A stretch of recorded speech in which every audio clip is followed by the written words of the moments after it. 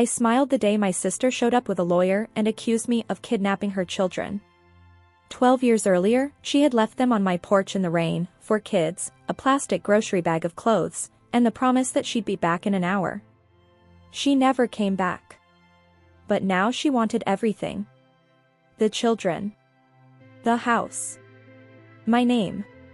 She stood there in a tailored suit, calling me a criminal, while the 4 kids she abandoned were standing behind me, calling me mom. What she didn't know was that I had spent 12 years preparing for the possibility that she might return. Every receipt. Every voicemail. Every letter that came back unopened. Every lie she thought I'd gotten over. I didn't fight her with anger. I didn't scream. I didn't beg. I waited. And when the truth finally came out in that courtroom, it didn't just destroy her case.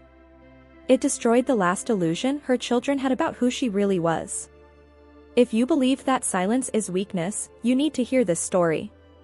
And if you've ever been underestimated, betrayed, or forced to grow up overnight, stay with me. Because what I did wasn't revenge. It was patience. And before we begin, tell me in the comments, what would you have done if someone tried to rewrite your entire life with one lie? Like this video if you believe truth doesn't need to shout. Subscribe if you want stories about women who don't break, they build, they plan, and when the time is right, they win. Now let me tell you what really happened. It was raining so hard that afternoon the gutters overflowed. I had just finished a double shift when someone pounded on my front door. Not knocked. Pounded. When I opened it, Vanessa was standing there, mascara smudged, hair soaked, 4 children huddled behind her like frightened birds. Ethan was 8, gripping the hand of 6-year-old Lily. Mason, 4, clung to her leg. The baby, Noah, barely 2, was crying in a car seat too small for the storm he was in. I just need an hour, Vanessa said, shoving a grocery bag into my hands. Please, Claire. Just 1 hour. There was no car seat base in her car. No packed suitcases. No explanation. Just urgency. Where are you going? I asked. Don't start, she snapped. You're good at this stuff. Just help me. Help me. The words sounded temporary. Harmless. I stepped aside. She didn't hug them. Goodbye. She didn't kneel down. She didn't promise to call. She walked back into the rain like she was late for something better. The door closed. The house felt smaller. 4 pairs of eyes looked at me, waiting for instructions I didn't have. I kept glancing at the clock that night. 1 hour passed.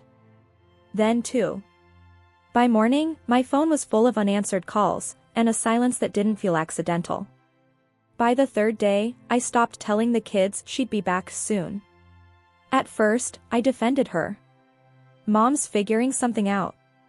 She just needs time. I said it gently, like I could cushion the fall with softer words. But every call I made went straight to voicemail. Every text turned green and stayed unanswered. Then came the first lie. Vanessa finally replied with a single message, "Stop blowing up my phone. I'll come when I can. Don't act crazy." Crazy. I stared at the screen for a long time. I wasn't the one who left 4 children on a porch in a storm. But already, she was reframing the story. Turning urgency into inconvenience. Turning abandonment into my overreaction. That night, Ethan asked me in a whisper if he had done something wrong. That question changed something in me. I started documenting everything. Dates. Times. Missed calls. Screenshots. I printed the messages and slid them into a plain manila envelope I found in my father's old desk. I told myself it was temporary. Just in case. Because something about her tone didn't feel desperate. It felt intentional. And for the first time, I wondered if the rain that day hadn't been an emergency at all, but an exit strategy. A week turned into 3. Then a month. Vanessa didn't come back, but her voice did. Not to me. To other people. I found out when Mrs. Daly from church pulled me aside after Sunday service. She squeezed my arm gently and said, "Family misunderstandings can get messy, Claire. I hope you're not keeping those children from their mother." The words hit like cold water. "What do you mean?" I asked. She hesitated. "Vanessa said you wouldn't let her see them." I felt heat rise in my chest, but I kept my face calm. That was the moment I understood something critical. She wasn't absent. She was narrating. At the elementary school office, the secretary gave me a cautious smile when I signed emergency contact forms. "We just want to make sure everything is legal." Legal. I was the one packing lunches at 5 a.m., washing sheets after nightmares, learning how to braid Lily's hair without making her cry. Yet somehow, I was becoming the suspicious one. Vanessa wasn't just gone. She was building a version of events where she was the victim. That night, I added a new tab to the envelope. I started writing down who said what. Dates. Witnesses. Patterns. If she wanted to whisper, I would prepare to speak. But I still didn't know how loud she planned to make it. By month 3, reality stopped asking politely. Daycare for Noah cost more than my car payment. Mason needed speech therapy. Ethan's teacher said his grades were slipping. Lily started sleeping in my bed after waking up crying for a mother who wasn't calling. I picked up extra shifts. Then double shifts. I sold the small engagement ring from a relationship I had quietly ended because for kids wasn't part of his life plan. I stopped talking about travel. About graduate school. About anything that didn't involve packed lunches and medical forms. Vanessa, meanwhile, sent a single text one night at 2:13 a.m. "If you're using my kids for sympathy, I swear I'll take them back." No, how are they? No, are they safe? Just territory. That was the moment something inside me shifted from temporary caretaker to permanent protector. I went to the school district office and filed temporary guardianship paperwork. I signed as emergency medical proxy at their pediatrician's office. I met with the church and updated records. Every signature felt heavy, like I was crossing a line that wasn't mine to cross. But no one else was stepping forward. The children started calling me Imam without realizing when it happened. And I didn't correct them. Because by then, I had already paid for that title in sleep, in money, in pieces of myself I wasn't getting back. The only question left was this. Why hadn't she fought harder to reclaim them, if she truly wanted to? The breakdown didn't happen all at once. It came in fragments. In the bathroom at 3 a.m., sitting on the cold tile floor after Noah finally stopped coughing. In the car outside the grocery store, staring at my bank balance before deciding which cereal was necessary. In the silence after hanging up from yet another voicemail that went unanswered. I cried quietly. Always quietly. The kids had already lost enough stability, they weren't going to lose me to panic too. But the hardest moment came 6 months in. Ethan handed me a permission slip for a school trip and said, "It's okay, if I don't go. I know you're tired." He was 8 years old. That night, after they were asleep, I finally let myself fall apart. I questioned everything. Was I naive? Was I overstepping? Was I building a life on borrowed authority? Then my phone buzzed. A photo. Vanessa at a bar, arm around a man I didn't recognize, cocktail in hand. The caption read, "Freedom feels amazing." It wasn't sent to me directly. A mutual acquaintance had forwarded it with a simple message, "Thought you should see this." I stared at that image for a long time.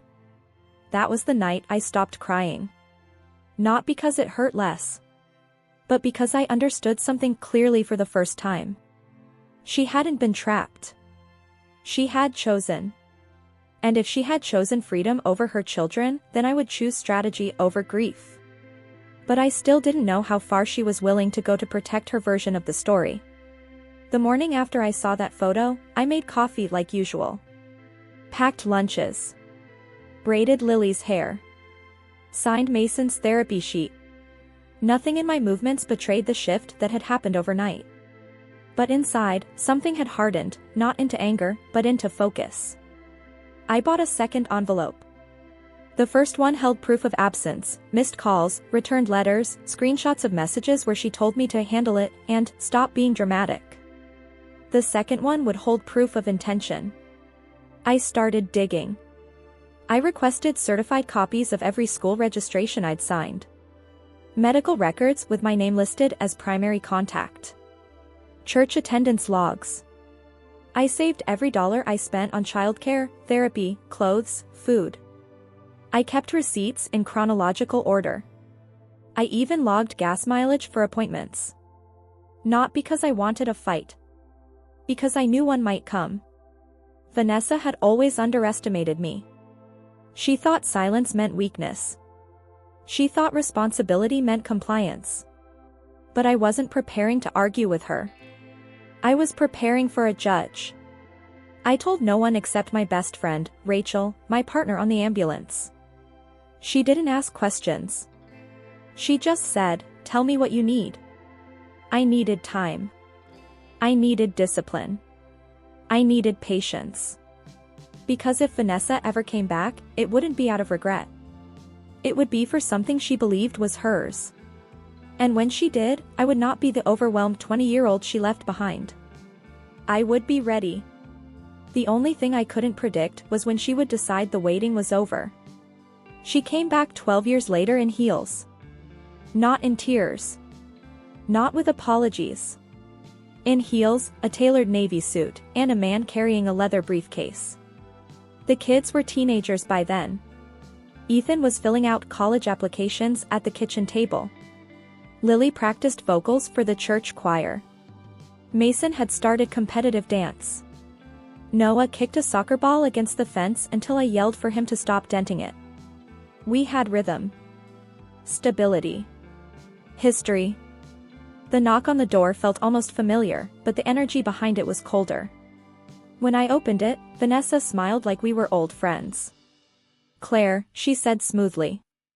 "It's been a long time." The man beside her extended a card. Attorney. Vanessa didn't look at the kids first. She looked past me, into the hallway, toward the living room, toward the staircase. Measuring. Assessing. "We're here to resolve an unfortunate situation," her lawyer began. "My client intends to regain custody of her minor children and address the unlawful occupation of the family property." Unlawful. The word floated between us like smoke. Behind me, I felt Ethan step closer. Protective. Confused. Vanessa tilted her head. "You've kept them from me long enough." There it was. Not regret. Not remorse. Accusation. She wasn't here to reconnect. She was here to rewrite. And as she stood on that porch, pretending to be the wronged mother, I realized she believed her own story. Which meant she was willing to fight for it. What she didn't know was that I had spent 12 years preparing for this exact moment. For the first few days, I said nothing. I answered the lawyer's questions politely, signed a few forms, smiled at the kids when they whispered behind my back, and let Vanessa think she had the upper hand. It was intoxicating to her, to assume she could step back into a life she abandoned without consequence. She made calls, sent texts demanding updates, even stopped by the pediatrician's office, flashing a smile meant to intimidate. She was performing a role, the loving, wronged mother. But I watched. Closely. Patiently. Every word she said, every pause, every glance at the kids, every question about the house, every subtle threat in her tone, I stored them. My envelope now overflowed, receipts, copies of her messages demanding money, logs of her manipulations, even the whispered reports from old acquaintances who'd seen her partying or staying in motels while leaving her children behind. I began mapping her patterns. How she always tried to charm adults but ignored the kids. How she returned only when property or image was at stake. How every argument she made was predictable, rehearsed, and self-serving. I realized that fighting her head-on would be futile. She thrived on spectacle. So I chose silence. I let her believe she was winning, that she could bulldoze over 12 years of evidence with confidence and charisma. And while she strutted in her illusion of power, I built the strategy in silence. Every observation, every recorded lie, every inconsistency was a seed. I just had to wait. Because patience, I had learned, was louder than any courtroom argument she could muster. The question now was, how long could she keep up the performance before the truth caught up to her? I didn't call a lawyer. I didn't raise my voice.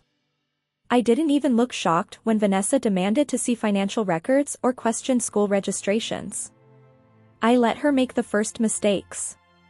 At night, I added to my envelope, notarized copies of every medical record showing I had been the primary caregiver, transcripts from school administrators confirming attendance and guardianship, receipts for birthdays, doctor visits, soccer registrations, music lessons, proof of 12 years of care, not luck. I reached out quietly to Rachel and the church priest, confirming that they would testify if needed. I arranged discreet meetings with the pediatrician and Mason's dance instructor. Every ally was aware, every detail documented, but nothing visible yet. Then I made my first subtle public move. I invited Vanessa to a community event, coincidentally ensuring several witnesses, neighbors, teachers, and old family friends saw her ignoring the kids' achievements, her eyes darting constantly toward the property, not the children. She laughed politely at me, assuming she was in control. But the murmurs around her were careful. People began noticing the tension between her performance and reality. And I made sure they recorded it.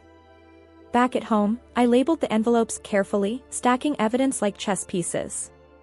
Every letter, every receipt, every screenshot had a purpose. I didn't confront her. I didn't accuse. I didn't even hint.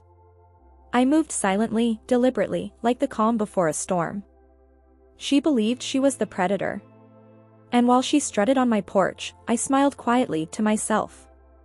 Because predators always make the first mistake, and she was about to learn that I had been studying her for years. The question lingered in my mind, when the first domino fell, would she realize she was the one trapped? It was late when I got the call, an old acquaintance of Vanessa's, someone I barely remembered, with a shaky voice and a confession that could topple her carefully curated image. "I have a video," he said.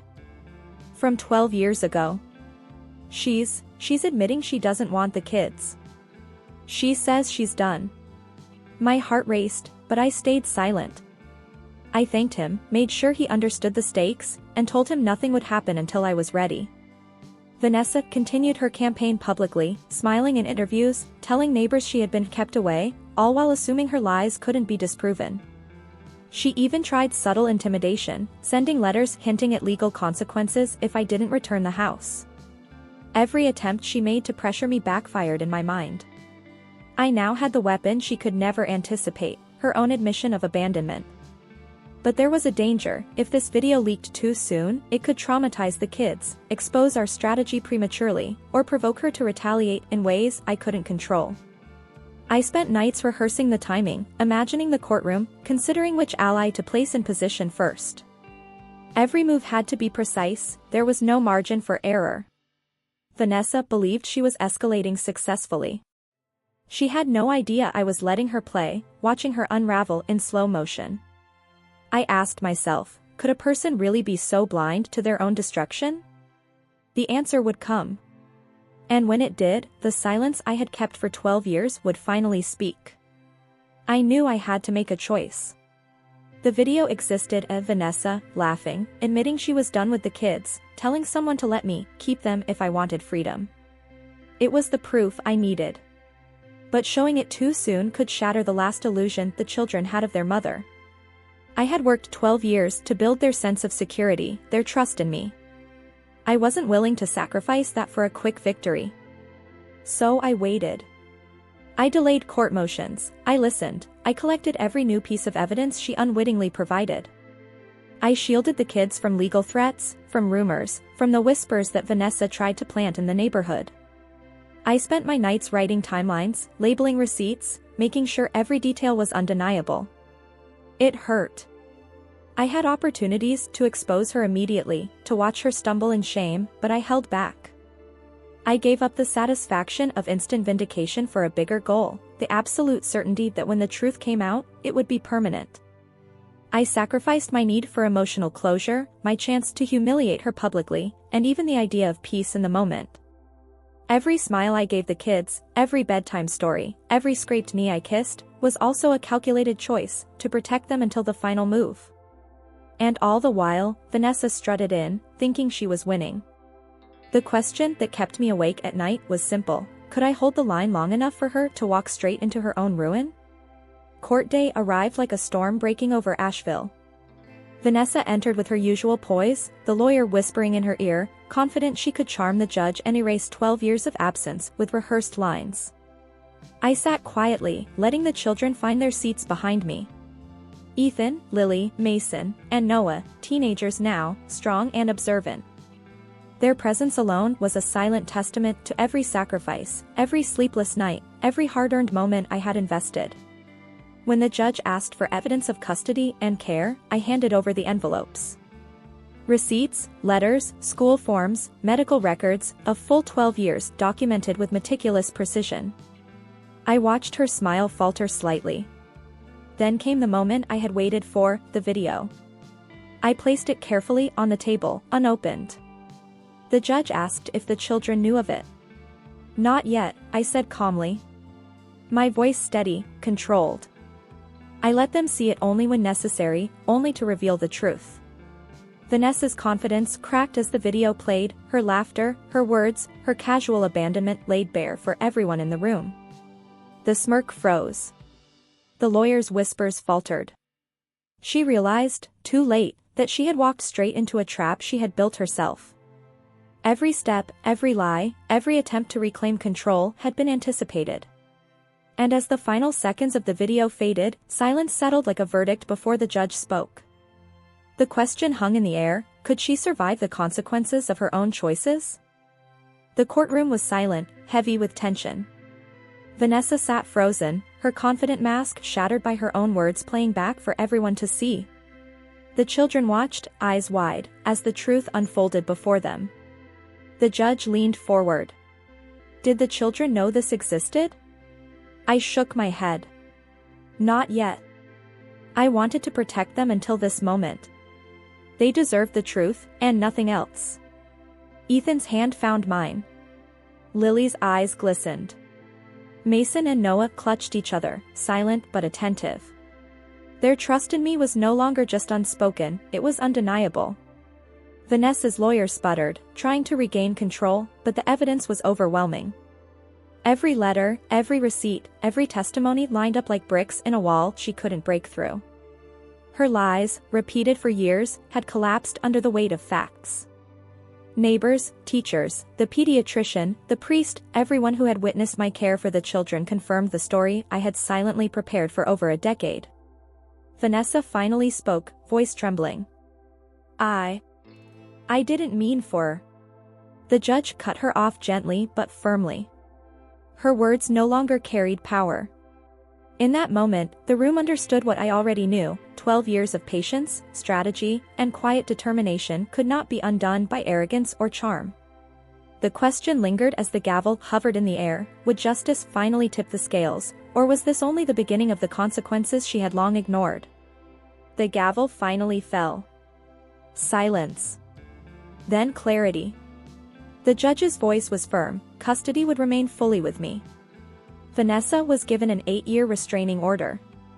The house, the one I had filled with love, laughter, and sacrifice, was mine. Her claims of illegal retention, her accusations of kidnapping, all dismissed. Her lawyer sat defeated, papers crumpled like her confidence. Vanessa's face drained of color. For the first time in years, she had nothing. No children, no house, no allies. The community she thought would support her saw the truth. Her reputation, carefully polished for appearances, lay in ruins. I watched my children, now adolescents, exhale the tension they had unknowingly carried for over a decade. Ethan's shoulders relaxed, Lily's solo for the church choir sounded stronger than ever, Mason danced with a light in his eyes I hadn't seen in years, Noah kicked a soccer ball toward me, yelling, "This is for you, Mom." I realized then that the battle had never been about revenge. It had been about love, protection, and strategy. 12 years of quiet vigilance, patience, and care had built a fortress no lie could breach. 3 months later, life moved forward. The eldest began college, the youngest learned to ride a bike without training wheels, the others pursued their passions with confidence. And Vanessa? She had moved far away, alone, indebted, and stripped of every illusion of control. I stood on the porch at sunrise, breathing in the cool Asheville air. 12 years of sacrifice, fear, and silence had led to this, truth preserved, family intact, and a life reclaimed. Sometimes justice isn't loud. Sometimes, it waits quietly, like a storm. And when it arrives, it changes everything. And I whispered to the wind, more to myself than anyone else, we survived. We thrived. And no one can ever take that away. If this story kept you on the edge of your seat, hit the like button to show your support. Share your thoughts in the comments, I want to hear what you would have done in her place. And don't forget to subscribe for more stories of resilience, strategy, and women who overcome impossible odds. Every click helps us bring these powerful stories to life.